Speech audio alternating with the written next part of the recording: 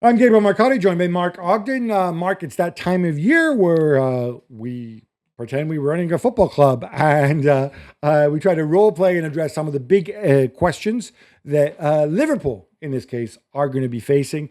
At the very top, we've had a season in which on the back of winning the title the year before, we spent an enormous amount of money, made some big extensions for Mohamed Salah and Virgil van Dijk.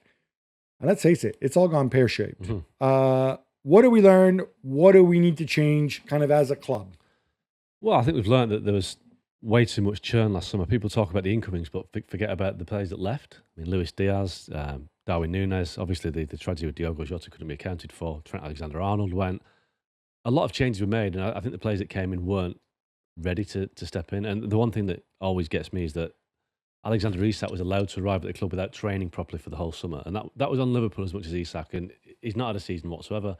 So I give Arne Slot a bit of a pass on that because a lot of the deals last summer weren't down to him. It was down to the people above him. And we often find that... Should you give the people above him a pass too? No.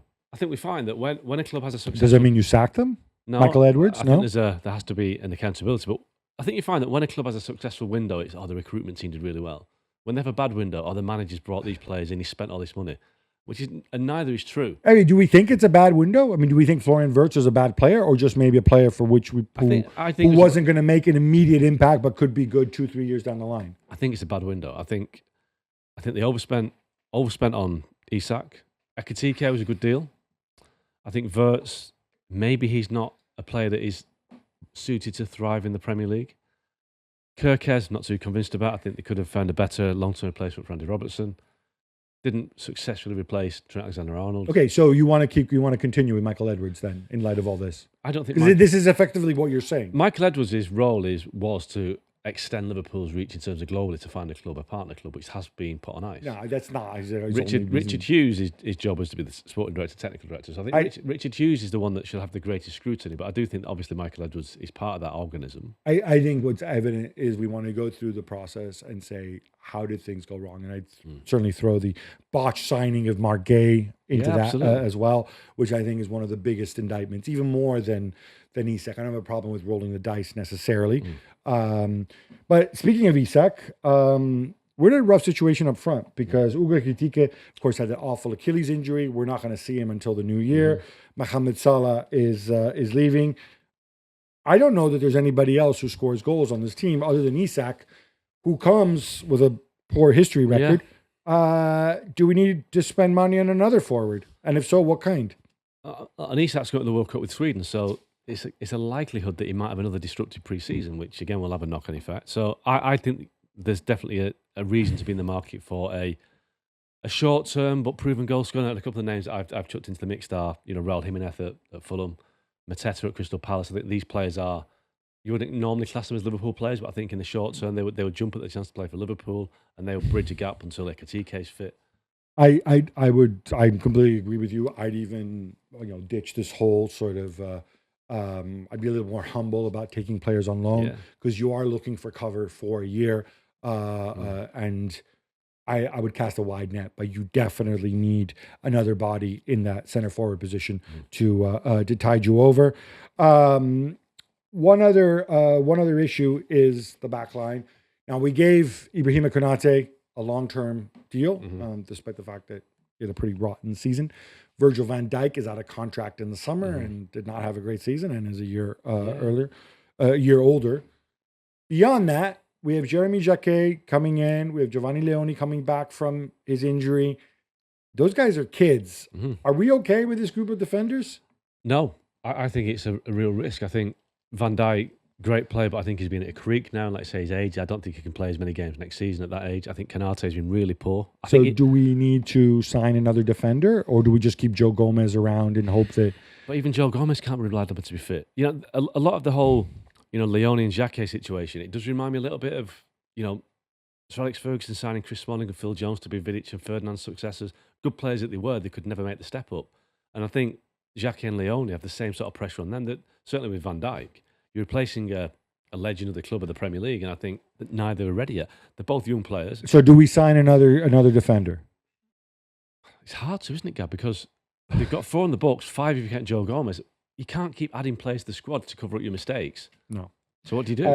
I think it's a difficult one. Unless you bring in a right back, somebody who can play right back and center back, a Joe Gomez type, and you keep the original Joe Gomez there as well, then you've got enough cover.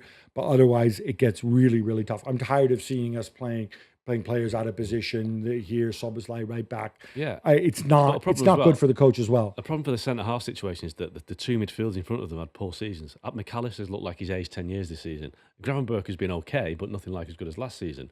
And Curtis Jones is a player that just dips in and out. So if you don't protect your back four with your better midfield, then it's a catch-22. I mean, I think Jacquet is probably more ready than Leone. Well, they've both had injuries. Yeah. I mean, I think Leone will be fit for the start of the season, but it is a tough one. We cannot go have another year like this where those two guys have to play all the time, especially given Van Dijk's situation. Goalkeeper Alisson's contract is up in June. Obviously, we spent a lot on Mamardashvili. Should we move Alisson on this summer? He's 33. I don't feel like we need to extend him. No, we know there's interest there from Juventus. Alisson's injury record has been patchy. Juventus might not qualify for the Champions League and so on, but a lot of his paper talk. But yeah, I mean, get back what we can for Alisson. Yeah.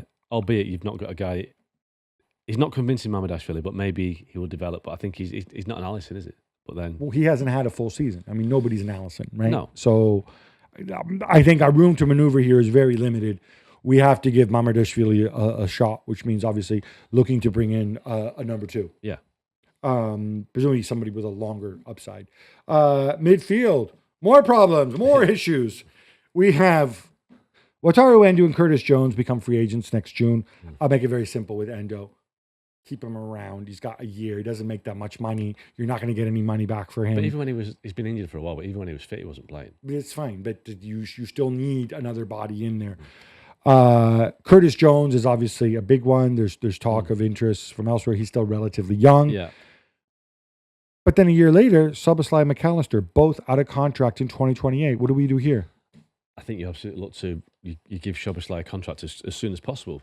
I think McAllister, no. I think McAllister has drifted this year, and I think he has to have a good season next year if he can. But I think McAllister seems to me that he's on borrowed time at Liverpool. So you don't extend McAllister? No, but I think Szoboszlai. If you look at the players in the squad, and I kind of give a nod to Beth Lindup, our Liverpool reporter on this, she thinks that Szoboszlai could be the next Liverpool captain, and I was kind of surprised at that because I think there have been moments where he's fallen foul of the fans a little bit.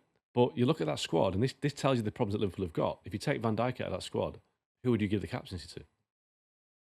That's a very fair point. I mean, I would have thought Konate or Gravenberch in terms of position. Yeah. McAllister, if he were performing a little bit better. And Curtis Jones, is it time to cash in? No, I like Curtis Jones. I like him around the club. I like his versatility. He'll always give you a performance, but obviously PSR, Liverpool need the money. It's not just PSR. I think we need to have an idea. We need to sit down with our manager, because it's going to be our slot, and say, hey, when everybody's fit, what is the formation? Yeah. So how many minutes can I give Curtis Jones? Because if I'm Curtis Jones, I'm also saying, wait a minute, what is my incentive to stay here if I'm not at least the first option off the bench in midfield? And if you play 4-2-3-1, he may not be the first option off the bench. He may not have that kind of faith in the manager. No, I think the way that McAllister has been this season, I think Jones could be ahead of him. Yeah. All right, but then you've got a McAllister issues, and we don't extend his contract, which is fine. Finally, looking at our loan players, Kostas Tsimikas had a really bumpy ride at Roma, but tell me if you disagree. I think given that we need to spend our money in other positions, I don't need another left back. I'll just bring him back until his contract expires, and he can back up Milos Kerkez. He becomes this season's Andy Robertson. That's what just he does. a more attacking, not good as defending Andy Robertson. Finally, there's a Harvey Elliott issue. I make this very simple. Harvey Elliott has got 1 year left on his contract. He is a gifted footballer. We will get no money for him whatsoever because Unai Emery decided he didn't like him after he went over there. We go to Arne Slot and you say, Arne, meet Harvey. Harvey, meet Arne.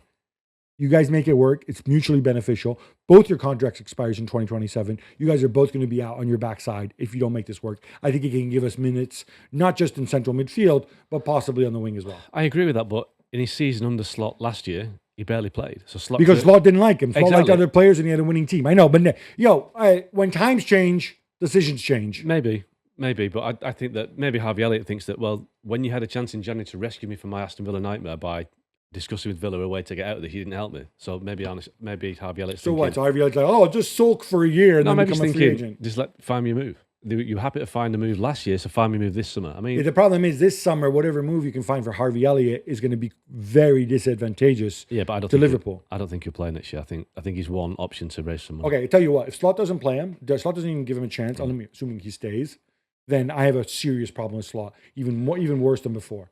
I think they're grown up enough. We may not have a choice because we're limited in the amount of money we can spend, even though now, of course, we have the Salah money because he's gone. But the Salah salary slot. Yeah. I think we need to be humble about the situation we're in and think carefully about the pathway forward.